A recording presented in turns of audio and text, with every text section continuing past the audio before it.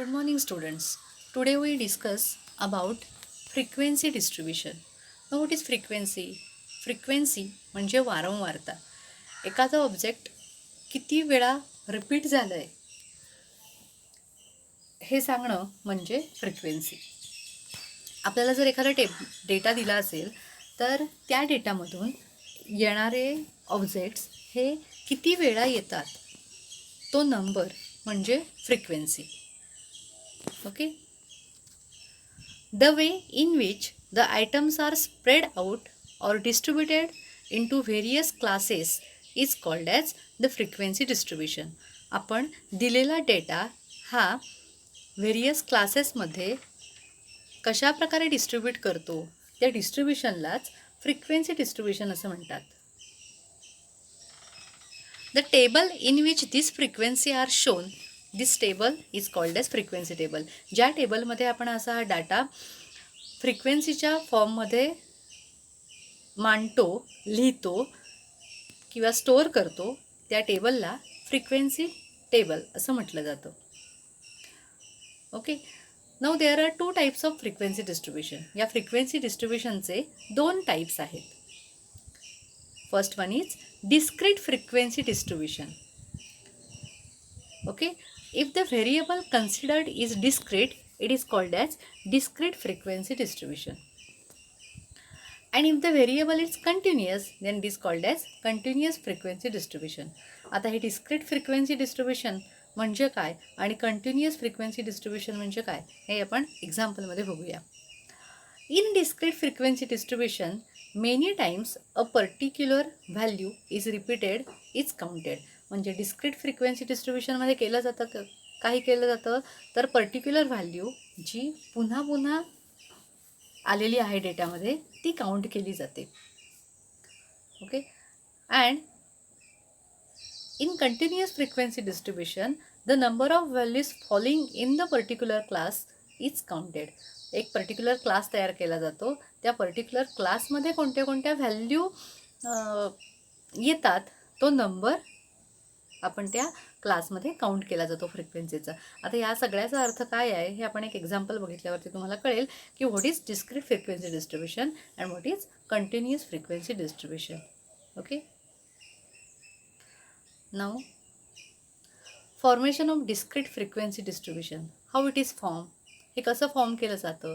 To prepare such a table we just count how many times a particular value repeated and this number is the frequency of that value. म्हणजे अशा प्रकारचा table तयार करायचा असेल तर आपण काय करणार तर ती व्हॅल्यू त्या दिलेल्या डाटामध्ये किती वेळा आली आहे ते मोजणार आणि तो नंबर म्हणजे त्या व्हॅल्यूची फ्रिक्वेन्सी असणार. ओके. म्हणजे जर मला 1 ते 100 नंबर्स असे दिलेले असतील काही डिस्क्रीट फॉर्ममध्ये काही नंबर्स त्याच्यात रिपीट आले असेल तर 10 हा नंबर त्या दिलेल्या डेटामध्ये 5 वेळा आला असेल तर 10 या नंबरची फ्रिक्वेन्सी किती असणार आहे 5. Since it occurs 5 times in that data. त्या डाटामध्ये तो नंबर किती वेळा आला आहे तो नंबर दर्शवणारा अंक म्हणजेच कोण आहे तर frequency. To make the work easy we use tally marks. मग आता आपण कसं मोजणार किती वेळा तो डाटा आला आहे तर जर डाटा छोटा असेल तर काउंटिंग सोपं पडतं पण जर डाटा मोठ्या प्रमाणात दिलेला असेल तर मात्र इतकं लक्षात ठेवणं कठीण जातं आणि ते सोपं करण्यासाठी आपण टॅली मार्क्सचा यूज करतो. टॅली मार्क्सचा यूज करून आपण फ्रिक्वेन्सी डिस्ट्रीब्युशनचं टेबल तयार करणार आहे. Now formation of continuous frequency distribution. To prepare such a table, we just count how many values falls into each class. प्रत्येक क्लासमध्ये किती किती व्हॅल्यू येतात त्या व्हॅल्यू आपण जस्ट काउंट करणार आणि this number is the frequency of that class. हे क्लासच्या बाबतीत आहे. एखाद्या आधी आपण बघितलं ते नंबरच्या बाबतीत आहे. ओके. पण दोन्ही ठिकाणी किंवा दोन्ही फ्रिक्वेन्सी डिस्ट्रीब्युशनमध्ये आपलं काम इझी करण्यासाठी वी यूज टॅली मार्क्स. आपण टॅली बार्सचा यूज करतो. Okay. Now consider one example. This example explains you the frequency distribution, tally marks and the concept of frequency. Okay. Let's start.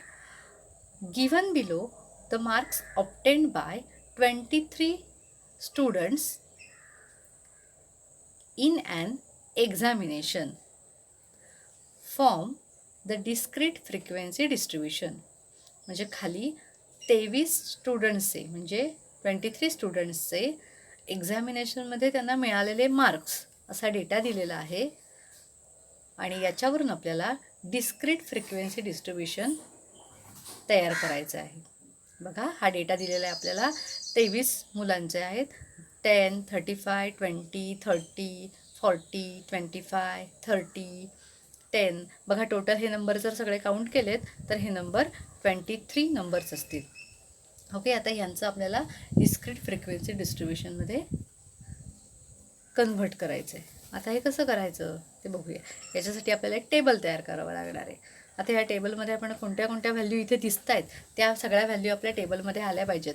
बघा यातली लोएस्ट व्हॅल्यू कोणती आहे 10, नंतर आहे 15, मग आहे 25, मग आहे 30, नंतर 35, देन 40, म्हणजे 40पर्यंतच 10 ही त्याची लोएस्ट व्हॅल्यू आहे आणि 40 ही त्याची हायेस्ट व्हॅल्यू आहे. ह्या डाटामधली हायेस्ट व्हॅल्यू आहे. त्याप्रमाणे आपल्याला त्यात व्हॅल्यू किती वेळा आल्या ते मोजायचे हवे असतील तर त्या प्रत्येक व्हॅल्यू कोणत्या कोणत्या व्हॅल्यू आहेत त्या आपल्याला आधी बघाव्या लागणार आहेत आणि त्या आपण त्या शोधल्यात व्हॅल्यू तर 10, 15, 20, 25, 30, 35 आणि 40 अशा त्या व्हॅल्यूज आहेत. Okay, so look at our table. आपण टेबल घेतलं आहे ज्यांच्यामध्ये 3 कॉलम केले आहेत. पहिला कॉलम आहे मार्क्स, दुसरा कॉलम आहे टॅली बार्स आणि तिसरा कॉलम आहे फ्रिक्वेन्सी. आता आपण या मार्क्समध्ये कोणते कोणते मार्क्स आहेत आपल्याकडे तर 10, 15, 20, 25,